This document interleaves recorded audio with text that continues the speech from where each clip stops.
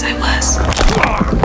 Not with everything they hello friends, welcome back to our channel. तो भाई लोग, कुछ दिन पहले ऑनलाइन एक बहुत बड़ा लीक सर्कुलेट हुआ और जब मैंने पहली बार उसे पढ़ा तो सच कहूँ तो मुझे हंसी आ गई थी। जहां लीक के काफी सारे पॉइंट्स इतने अजीब लग रहे थे कि वो किसी फैन फिक्शन से कम नहीं लग रहे थे, लेकिन उन सब के बीच एक डिटेल ऐसी थी जो सबसे ज्यादा अटेंशन ग्रैब कर रही थी, जिसमें लीक के अकॉर्डिंग फातिमा इवेंचुअली किसी मॉन्स्टर जैसी चीज में ट्रांसफॉर्म हो जाती है और फिर दूसरे मॉन्स्टर्स के खिलाफ लड़ना शुरू कर देती है। वैसे उस वक्त मैंने भी वही सोचा जो शायद तुम अभी सोच रहे होगे। यहाँ ये बिल्कुल इम्पॉसिबल लग रहा था और मुझे लगा राइटर्स कभी इतना वाइल्ड डिसीजन नहीं लेंगे।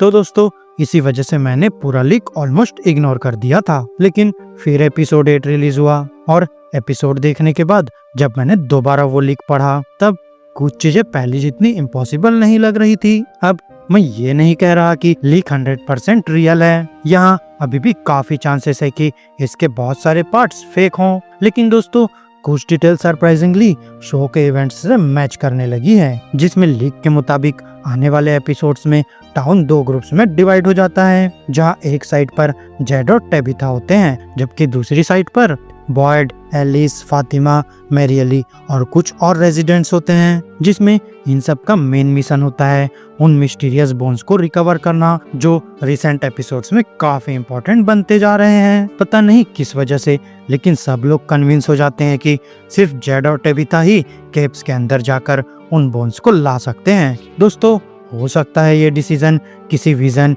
किसी क्लू या फिर एपिसोड 9 में मिलने वाली इंफॉर्मेशन की वजह से लिया गया हो। अब यहाँ रिस्क बहुत बड़ा होता है, लेकिन दोनों केव्स में जाने का डिसीजन लेते हैं और भाई लोग सरप्राइजिंगली वो बोन्स ढूंढ भी लेते हैं। लेकिन फिर प्रॉब्लम तब शुरू होती है जब मॉन्स्टर्स उनके वापस आने के सारे रास्ते ब्लॉक कर देते हैं और फिर कुछ ही मिनट्स में जेड और टेबिथा पूरी तरह केव्स के अंदर ट्रैप हो जाते हैं। ना कोई बैकअप प्लान, ना कोई सेफ एग्जिट। यहाँ सबको लगता है कि अब उनका बचना इम्पॉसिबल है। तभी लीक के अकॉर्डिंग केव के अंदर एक अजीब सी सर्कुलर लाइट अपीयर होती है और दोस्तों सबसे शॉकिंग बात यह है कि मॉन्स्टर्स उस लाइट के अंदर एंटर ही नहीं कर पाते। यहाँ वो उसके एज तक आते हैं और वहीं रुक जाते हैं। वैसे चाहे जितनी कोशिश कर ले वो यहाँ इल्यूमिनेटेड एरिया के अंदर कदम नहीं रख सकते। और दोस्तों, अगर ये सच निकला तो हो सकता है मॉन्स्टर्स की सबसे बड़ी वीकनेस फाइनली रिवील होने वाली है। वहीं दूसरी तरफ बॉयड की टीम रेस्क्यू प्लान बनाती है, जहां उनके पास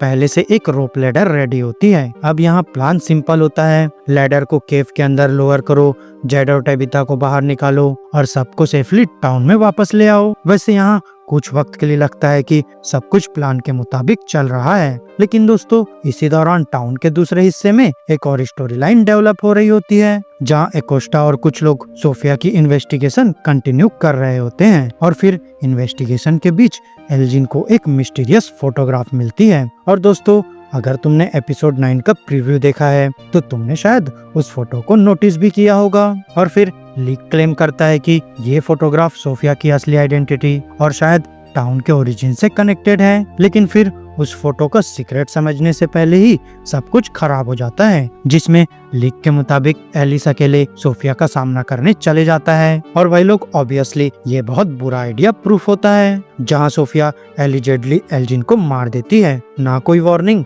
ना कोई हीरोइक रेस्क्यू, बस एक सडन और ब्रूटल डेथ। और भाई लोग, अगर ये सच हुआ तो एल्जिन सीजन के सबसे शॉकिंग कैजुअलिटीज में से एक बन सकता है। लेकिन फिर सिचुएशन और भी डेंजरस हो जाती है जब केव एंट्रेंस के पास रेस्क्यू ऑपरेशन फाइनली शुरू होता है। यहाँ लैडर नीचे जाती है और सबको लगता है कि जेड और टेबिथा बच जाएंगे। तभी एक डिजास्टर स्ट्राइक करता है और लैडर अचानक टूट जाती है, क्योंकि लीक के अकॉर्डिंग सोफिया ने पहले ही रोप का कुछ हिस्सा सीक्रेटली कट कर दिया था। अब जैसे ही लैडर ब्रेक होती है, मॉन्स्टर्स अटैक कर देते हैं और यहाँ अटैक को लीड कर रहा होता है इस्माइली। दोस्तों, यहाँ हर तरफ पैनिक मच जाता है, लोग भागना शुरू कर देते हैं, स्क्रीम्स सुनाई देने लगती है और फिर इसी केओस के बीच लीक क्लेम करता है कि इस्माइली मैरियली को मार देता है।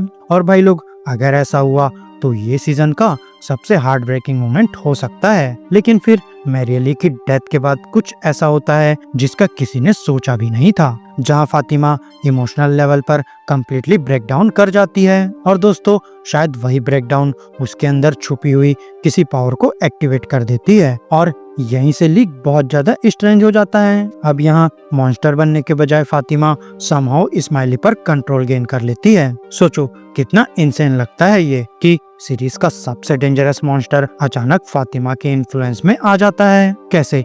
मेंटल कंट्रोल, सुपरनेचुरल कनेक्शन या प्रेगनेंसी से रिलेटेड कोई पावर। लेकिन लीक इस बात को क्लियरली एक्सप्लेन नहीं करता, बस इतना कहता है कि फातिमा का इस्माइली के साथ कोई डायरेक्ट कनेक्शन एस्टेब्लिश हो जाता है। और फिर दोस्तों, इसी बीच सोफिया अपना असली प्लान एग्जीक्यूट करना शुरू कर देती है। अब वो टाउन में घर घर जाकर तालिस्मान्स कलेक्ट करने लगती है। एक के बाद एक धीरे धीरे वो सारे तालिस्मान्स उसके पास आ जाते हैं और टाउन की सबसे बड़ी प्रोटेक्शन खत्म हो जाती है। लेकिन यहाँ सबसे डेंजरस बात यह है कि लोगों को इसका पता तब चलता है जब बहुत देर हो चुकी होती है। वहीं डोना मीनवाइल जूली और इथन को एक सेफ लोकेशन पर ले जाती है और फिर लीक सजेस्ट करता है कि शायद टेबिथा ने पहले ही डोना को वार्निंग दे दी थी कि बोन्स रिकवर होने के बाद कुछ बहुत बुरा हो सकता है। और दोस्तों, स्पेशली मैन इन येलो की वार्निंग को देखते हुए ये थ्योरी काफी लॉजिकल लगती है। और फिर इसी दौरान किचन के अंदर फिर से स्ट्रेंज पैरानॉर्मल एक्टिविटीज शुरू हो जाती है, जहां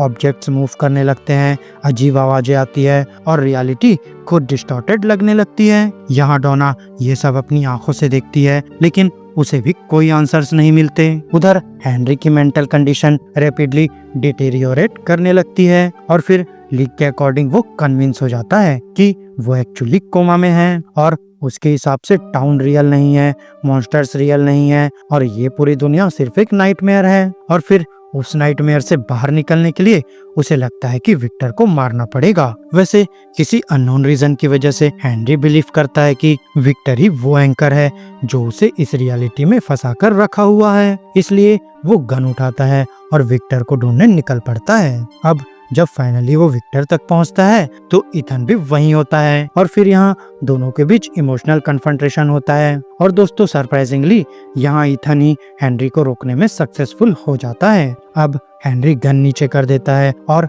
एक और ट्रेजेडी टल जाती है। लेकिन केव्स के अंदर सिचुएशन अभी भी कंट्रोल से बाहर जा रही होती है, जहां जेड और टेबिथा अभी भी ट्रैप्ड होते हैं। इसलिए बॉयड, एलिस और फातिमा खुद केव्स में एंटर करने का डिसीजन लेते हैं। और दोस्तों, यही लीक का सबसे कंट्रोवर्शियल पार्ट शुरू होता है। अब यहाँ लीक के मुताबिक फातिमा की ट्रांसफॉर्मेशन फाइनली विजिबल हो जाती है। वो ना पूरी ह्यूमन रहती है और ना पूरी मॉन्स्टर, बल्कि वो कुछ बीच की चीज बन जाती है। लेकिन सबसे शॉकिंग बात यह है कि वो मॉन्स्टर्स के साथ नहीं जाती, बल्कि वो उनके खिलाफ लड़ती है। और फिर लीक क्लेम करता है कि केव्स के अंदर एक मैसिव बैटल होती है, जहाँ फातिमा मॉन्स्टर्स को अटैक करती है और बॉयड की टीम के लिए रेस्क्यू मिशन कंटिन्यू करने का रास्ता बनाती है। वैसे दोस्तों, अगर ये सीन एक्चुअल शो में हुआ तो ये फ्रॉम हिस्ट्री का सबसे मेमोरेबल मोमेंट्स में से एक हो सकता है। और दोस्तों, फिर आता है फाइनल ट्विस्ट, जहां सोफिया सारे तालिस्मान्स लेकर फारावे ट्री तक पहुंचती है।